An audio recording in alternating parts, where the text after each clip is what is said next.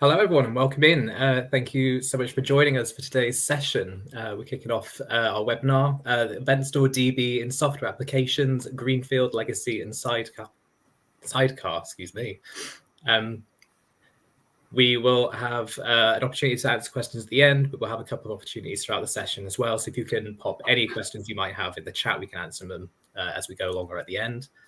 But with that, I'll hand over to Yves to kick off the session. Yves, over to you. Yeah, thanks. You can stay. He left. Hi, everybody. I'm Yves Lorphelin.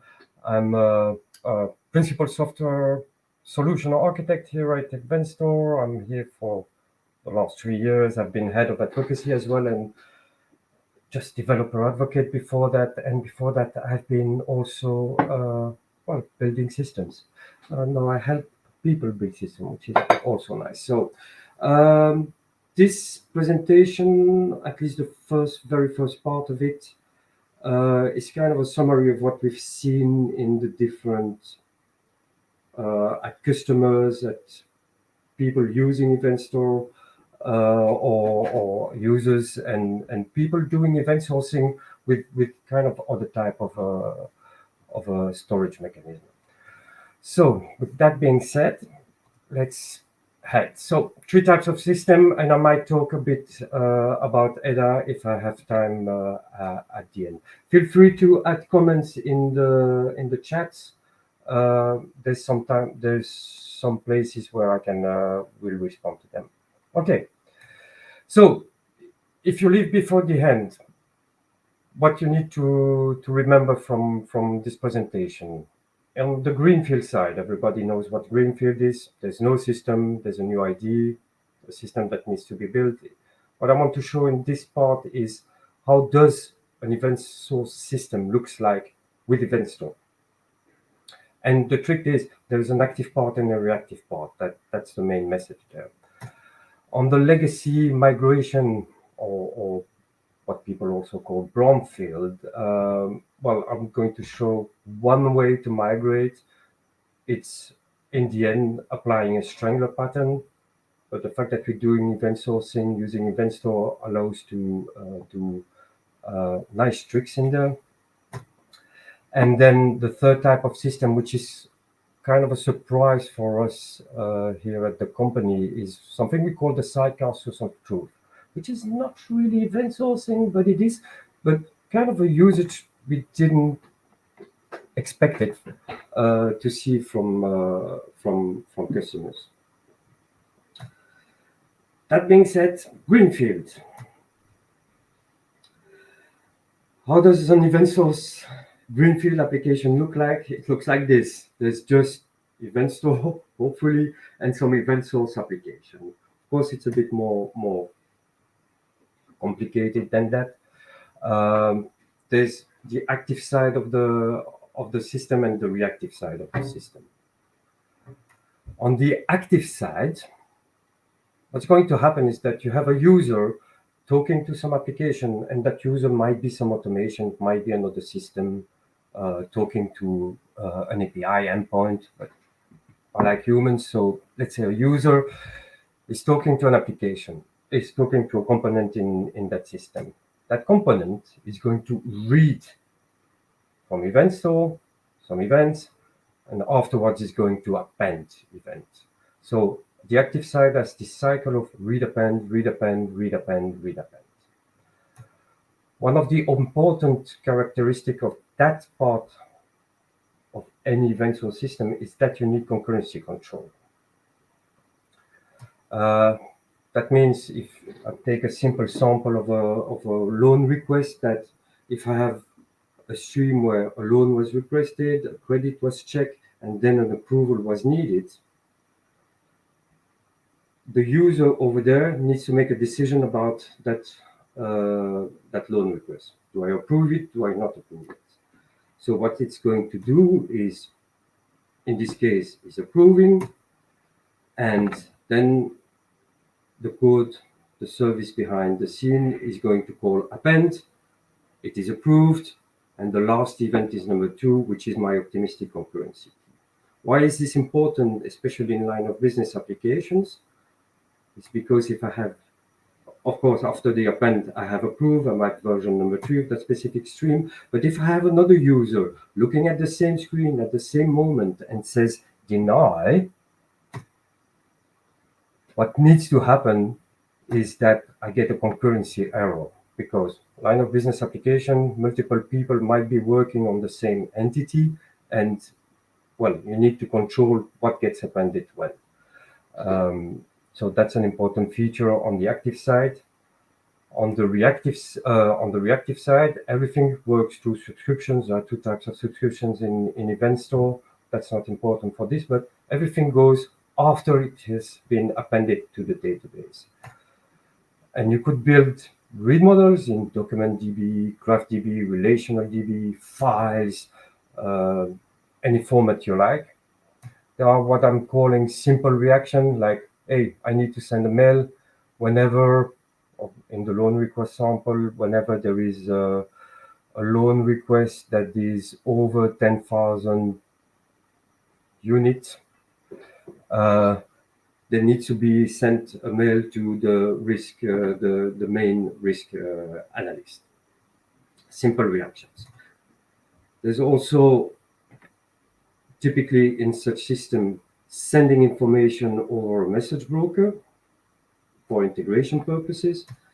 And there's also processes and automation, which really is most of the time using the active part of the system. So processes and automation, I think for people who know this type of system, process manager, saga, orchestration, choreography, this type of reactive work. So something has happened in my system. Okay, the next step is this. Or I need to coordinate between different streams. This is the role of processes and automation. I've shown these, just as a side note, I've shown here processes and automation being more on the reactive side, because most of the time it's going to react, or a lot of the work is reactive in there.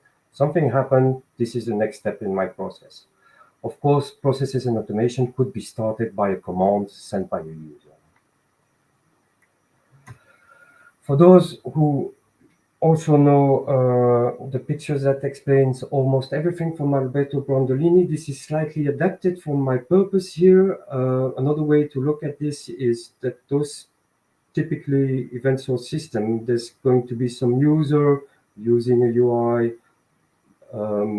having some task in his or her notebook. It's going to send a command, which is going to be executed by some entity that will append events. Those events could be used for creating read model. They could trigger some processes and automation, which will in turn send commands, which will in turn trigger some other processes or some other users in the end. So if you look at all those logical abstraction of the system, which is basically CQRS in this case, they map more or less like this in my drawing. So commands are sent by a user, by processes and automations. Entity is mostly on the active side. Events, of course, are kept in Event Store. They are sent through subscription to component that build read models, that triggers external system, or that triggers my own process managers. That's Greenfield. So the question is, what are the characteristics of those systems? And again, that's by discussing with a lot of people over the last 3 years, and even more than that. In those systems, or events and streams are designed. So since there is nothing, I will be designing my events, I will be designing my stream from the start in the best possible shape for the purpose of that system. Data stays relevant because I am designing those events, I am designing my stream. So, and I need it, and it's constantly used, relevant to architecture. Of course, we know that. The main point for this one is the fact that from the get-go, my events and my stream will have business meaningful semantics, which is less so for Brownfield system and even less so for Sidecar. That does not say that those events and stream will not evolve over time when new features come in or new insights are discovered. On the case at hand, we have this one. I'm not saying the name of that customer, but hopefully there will be a case study which will be published. So there will be more detail soonish. We have this worldwide company who is specialized in financial services. They do know your customer processes, client lifecycle management, transaction monitoring for the financial sector. And the problem they had years and years ago was that they had an off-the-shelf software. So their customer bought their system, bought their application, installed on the server, laptops, computer. People use that and manage their processes. Of course, for the time being, they needed to have online solution. At first, they were thinking, hey, let's take the existing application and transform that into an online service, an online suite of application. They began with doing that, and then they decided, no, we are going to offer a completely new set of services. So new capabilities, offering new functionalities for the customer. So not taking over existing functionality, they decided to leave that on the on-premise version of the software, but new functionalities. And they began with using a graph database, because for this type of domain, graph is really a nice modeling aspect, a nice storage aspect. But they had this problem that they had a lot of relations in those graphs, and one of the problems they had there is, it took minutes to query that graph database. Also, since they have a lot of regulation which are specific to certain countries that they need to deliver to their customers, that they have changes in regulation, that they have really strong audit requirements, they changed their mind and said, no, we are going to event source that. So what they did is begin really small, added new functionality over time. Adding this functionality helped with validating the business model there. What it also helped is, for instance, with that relational and graph database, and mainly the graph database in this case, they created multiple versions of the graph they needed, so that their query over that took seconds instead of minutes when they need to check some information or some relations in between a person and companies, for instance. So they built it a lot of small grid models. A lot of big grid models. But it enables them as well, because regulation tend to change, is play what-if scenarios. So they have a way of doing the normal workflow, the normal rules that are applied today, and they can play what-if scenarios. This regulation will come in place in a year or 2 years from now. They can begin, trying to code it and see the effect of that regulation on existing customers, because they have the historical information about touch points with those customers and transaction monitoring. One of the really cool thing that person told me is that the main architect there told me is that they have like this double audit. So one of the read models on the reactive side is creating audit documents, because they need to financial world needs a lot of audit documents and compliance information that they need to provide to their own customer. They had an audit, he told me, and that happened to them an audit. Oh, nice document. How was that document created? And what they were able to do is point them to EventStore, run some program that recreated exactly the same document as it was with the information they had at the time. So they have this double audit capability in the system, which kind of, if I remember correctly, left the exact word was left the auditor speechless in terms of reliability of the information they were giving. And in short, he said, we are very successful. And in this case, it's especially because of the reactive side of the system more than anything else.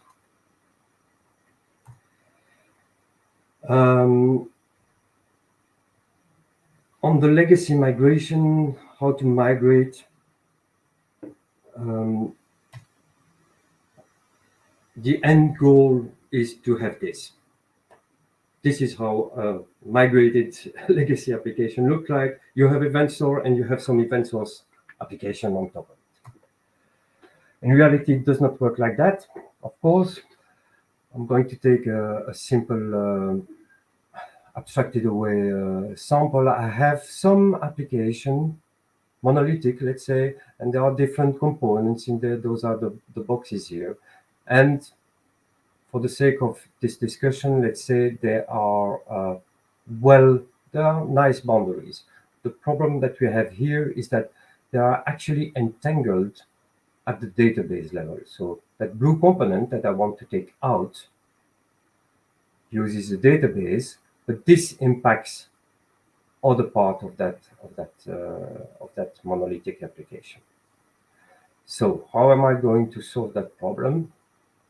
Well, I'm going to leave that component inside the application. I'm going to write events, append events into the database. But then here, of course, I lost something, and I need to take my pen, is information that is here is not here anymore, and those two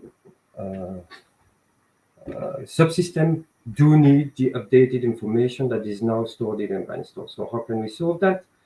The reactive side again, I'm subscribing and pushing that information back into the main database, which allows into the old database, which allows to keep that the rest of the legacy functioning. What's the next step? The next step is to take out that component because I want to make it a microservice or a service or host it in different fashion. So at this stage, the problem I have is I'm losing this connection. Nothing stops me, and I'm going to delete my drawing there. Where is the eraser? Oh, I lost the eraser. That's the eraser. Nothing says that this component cannot still talk directly to this database because it needs updates from the old components. And since this is a legacy I want to completely migrate, I'm going to do the same with the next component. It's going to append event, taking it out, and appending event until I arrive to this stage. The question being, in this case, why am I keeping this database over here? Because there are other systems that are also using that database directly. Not so good architecture, but I have some other legacy maintained by some other team, which is reading from that database. I have my ETL processes, which is typically the BI team, which also reads from this database. And they are not ready just yet to give up this for some other, because they have their own priorities. So that's the reason why this database in this case is kept over here and still fed, even though every functionality is out of that legacy. The only thing that stays in that legacy is whatever is necessary for the other system and for BI. So this is basically a strangler pattern. There are other ways to do that. This is just one example that I've used a few, one way to do it that I've done a few times. One of the characteristics in terms of events and design of events is that they will be more cruddy at first. That's kind of the downside of being in a migration, because you need to take those events, you need to keep compatibility, so there will be less business intent in those events.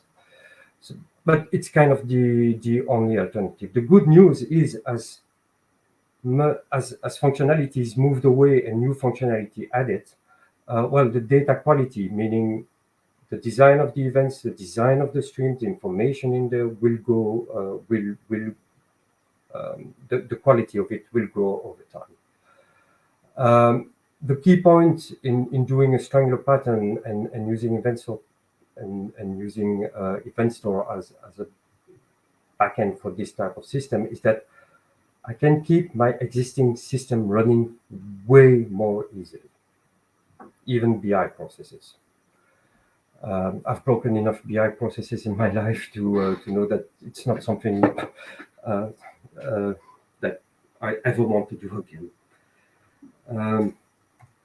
So, use case here. That was mine. That was years and years ago. That was probably my first real production system, EventStore system. So it's a government agency here in the country I live, where that is responsible for the selection and recruitment of people working for the public sector. We're talking about hundreds of thousands of people taking selection tests and making interviews all year round. So the issue I had at the time is that we had like layers of legacy, like 20 years of legacy up each other in the same vein, entangled at one database, multiple database actually, multiple system, no source code for that system, so kind of a mess. With a very small team, changing priorities, of course, and really strong audit needs in this case as well. So the way I showed this triangle pattern in the previous slide, well, actually allowed me to tackle all those problems of being a small team and having changing priorities. And those, every time I'm moving a component, I'm doing one move and I have my lines that are complete in the preceding slides over there, I can stop and do something else. Every time, and then go back, and I know that every time I have one of those cycles that is complete, this can run in production. I don't need to look at it. This is probably the first system which I had no defect in it for some lucky reason. I think there was one bug at some point which was solved quite easily, but okay, this is kind of side information. That's also just as a side note. I love this project because it was about how we handle people with handicap in those selection process. So there are some adaptations being made, and that team, the business team, was really stressed, and that system kind of helped them tackle more work but with less stress. So that was really kind of nice. And my stress was also down while doing the migration, because every step of the journey of taking functionality out of the legacy, adding new functionality, was totally controlled. Sidecar source of truth. So this is a surprise for everybody at EventStore. It's not like this. It is more like this. We have a few customers who have those legacy systems that they cannot touch. And they need to take information, and the major problem that they have over there is that they need to take those information out of the legacy system and present them in near real time to their end users. In this case, for instance, SAP is a batch shop every 24 hours. The custom line of business application is updated when someone enters something on the screen. But they need, as soon as information is available in there, they need to gather all this information and have it a stream in the end. So what's happening in this case is most of those customers are taking real-time CDC level type, change data capture level type, or in the case of SAP, big documents, and pushing them to EventStore in really fine-grained stream, one stream per system, or one stream per system per type of document or some correlation. The projection engine to reconstruct a more business meaningful view of this information correlated over all the application. So let's say that SAP is about contract information, order information, how much has been paid, but the custom log, the custom line of business application has payment being done in a certain region of the world. But they all gather that together to have that real-time information, and it goes through a transformation pipeline until they have this more business meaningful events over there. So that's one side. On the other side, what's happening? What are they doing with that? Well, they are sending that to other systems. They are sending that to data warehouse. They are sending that to analytics system, and they are building their own event source application with this information has reference information, so that this application over here is actually event source. This seems a bit more complex. Surprisingly enough, every customer I've seen doing that are kind of happy with that, and it was simple for them. But for me, it seemed complex, but that's probably domain knowledge. Most of them also do that because they know they can't touch the existing system for some reason. They also need data lineage, meaning they need to know that this stream of events which pertain to one specific entity has come from the transformation of events in those streams, has come from transformation of events in those streams, has come from that and that and that system in the end.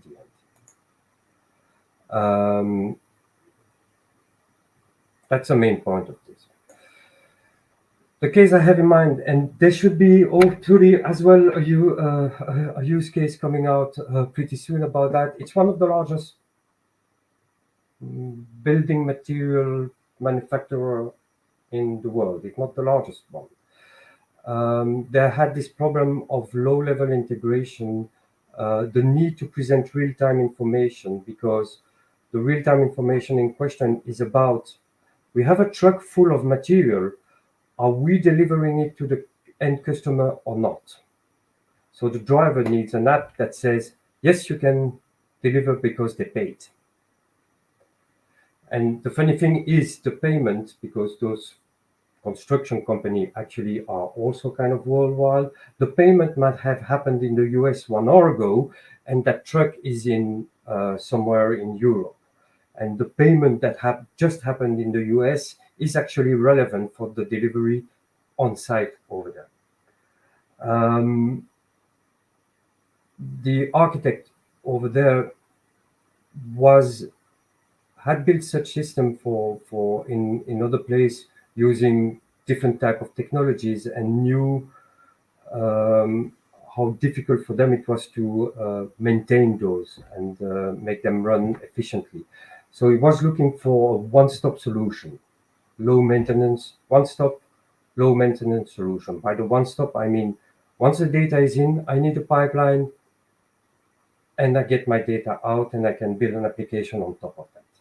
And he did this research, and EventStore was the only one that provided it. One thing I did not say in the preceding slide is that those transformations here are done inside EventStore. So there's a projection engine inside EventStore, which allows to read events and create new streams, partition stream differently, correlate events from different stream, and do something and get to a certain state. So this was the ideal solution for him in this case. And he's pretty happy about that. I am looking at time. We are good. So those are the three types of systems. I hope this was kind of insightful. The thing that I want to add to this presentation is how it relates to EDA. One thing also, before I go to that, is that if you look at it from another perspective, Greenfield legacy, you have this in terms of usage of EventStore and events, and it goes from more line of business type of system to integration type system. So Sidecar source of truth is more used in the integration scenario, while Greenfield legacy is purely line of business application. And also I've separated them completely, though we know, everybody knows this, there's always a bit of everything in every project. It's not because I have a Greenfield project that I actually don't have a legacy somewhere that I need to take into account. So there's a bit of a mix of everything. Yeah? So it's not like only three options. No, it's more complex than that. And my own little statistics, there's a big disclaimer there. If you ask somebody else, they might have different numbers over there. The numbers of people I've talked to, I would say that 9 out of 10 is doing brownfield, greenfield, and about 1 out of 10 is doing sidecar. And really, in our case, the sidecar is really something we kind of stumbled upon by talking to our customers and helping them out. So this is really an interesting usage pattern. This is the slide I just showed you. Okay, now I want to complement that with some event-driven architecture. I have this oversimplified view of a system of systems. So I have a lot of systems over there, and they all talk to each other. And we know years and years ago, a lot of integration, a lot of systems were communicating to each other. Appeared service-oriented architecture, and I need to tell how they work together. System C is going directly to the database of System B. System B is going directly to the database of System A. System B is talking to some API of E and D, and System D is sending flat files to the System C. And this is really problematic because if any of those is down, well, the integration does not work anymore. Just to put some labels on the type of system, System C is my BI. System A is a set of microservices, and System B is a monolith. And System A is sharing the same database. And we know that this is kind of problematic. Enter service-oriented architecture, event-driven architecture. And one way to accomplish it is by using a broker, where we say instead of point-to-point communication between all those systems, let's exchange messages between the system and let's have the broker route those messages. For the purpose of this discussion, this broker, imagine it's a message queue. So it has no transformation capabilities, no orchestration capabilities. It can route things, it can keep things for a certain amount of time, and then forget about everything that is passed through. If you look at header, what we mean by header in this case is that those messages are events. So facts that happened, a significant state in change in this case in the system A. How are we sending those events? Well, system A in this case is using an outbound pattern because it's using a relational database and sending it in the broker. System B is using change data capture.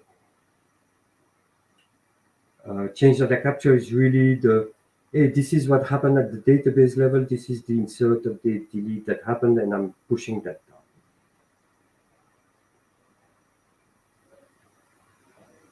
There are a few,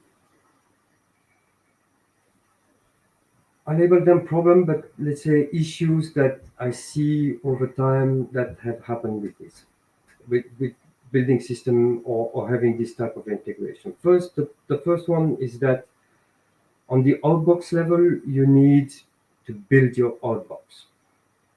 There's also the fact that for any message I want to send out, I need to change the source system. I need to redeploy my source system. Because let's say I have one message today that says, loan has been requested. And then someone says, yeah, but I also want to know about loan has been denied. Well, I need to change my source system. I need to code the fact that I want to send that message, deploy it, and then I begin to get those events or those messages. On the CDC side, we are losing one promise of using messages between systems.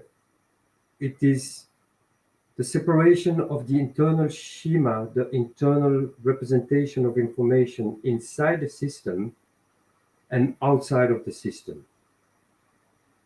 CDC actually couples any consumer of that information to the schema of the database in system B is the case. So if I share my schema in the system B, I'm impacting everybody,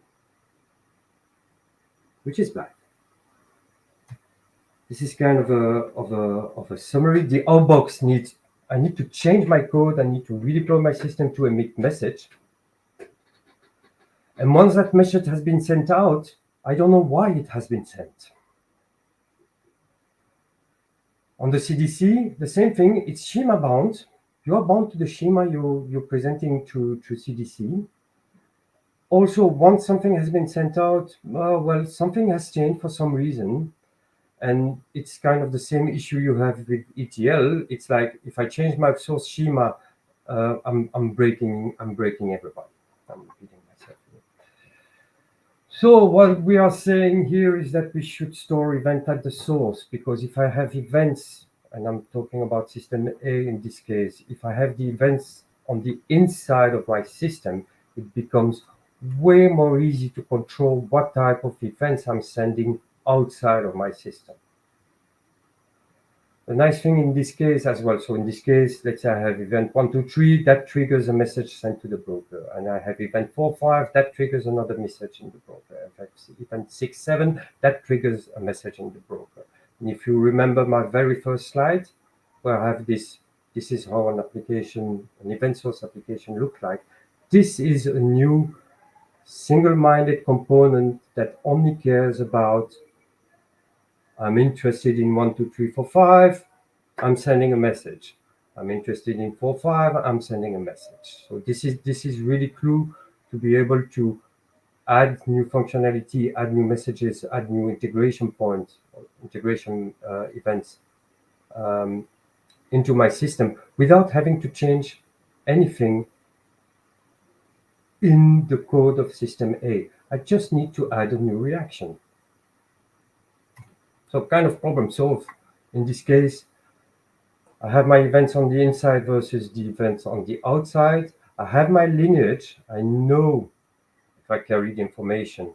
Every event that is sent in to the broker, I can trace back exactly what events internally in the source system were participating in the fact that I need to send that event, which is relevant for Greenfield, Legacy, and especially in the Sidecar source of truth.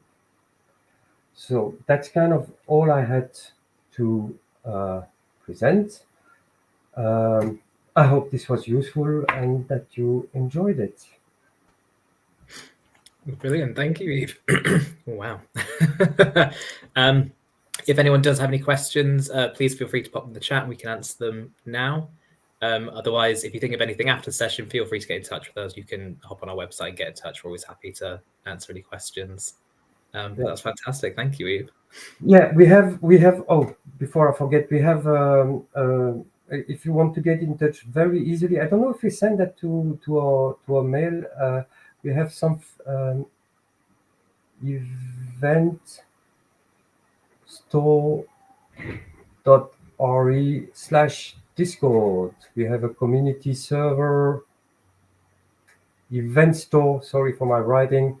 EventStore.re/Discord, and you'll get forwarded to our Discord server where I hang out a lot, as well as other bright people from the community.